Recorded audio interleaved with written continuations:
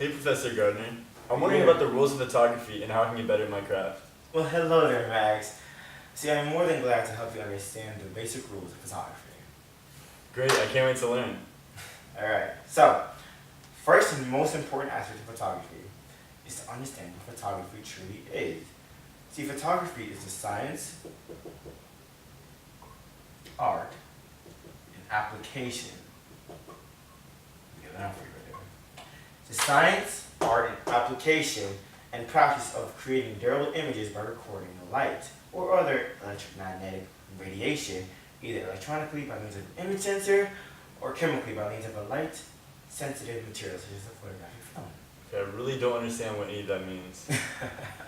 No worries, listen, I'll break it down for you, The first basic steps of photography.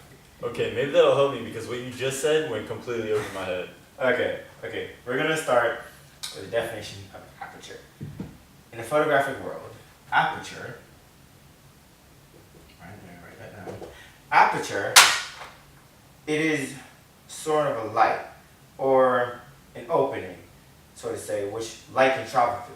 More specifically, the aperture and focal length of an optical system determines the cone angle of a bundle of rays that come to focus in an image plane. Is there any way you can give me that definition in a way that I would better understand it? Okay. Aperture, when you think of aperture, think about light, alright? Aperture is what controls the light. It controls the amount of light, so to say, that can enter through the lens, which in effect can determine the amount of blur that comes in an image. Okay, so is that what makes professional images have a super blurry background that most of these senior pictures consist of? Exactly. You see?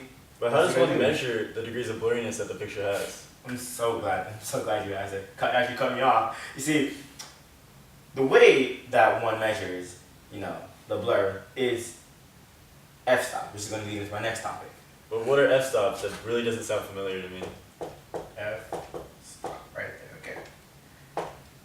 F-stops is the unit of measurement shown on a camera to indicate the depth of field in a particular scene. So if a picture has two f-stops, does that mean it's blurrier than one f-stop? No, Max. Okay. To give it to you in layman terms, more simply put, the image with the lower f-stop number will be more blurred. For example, an image with an f8, an f-stop of 8 is going to be less blurred than an image at f5.6. That's due to the fact that f8 will have more things in the depth of field, in the plane of field, rather than f.6, which will result in a more blurry background.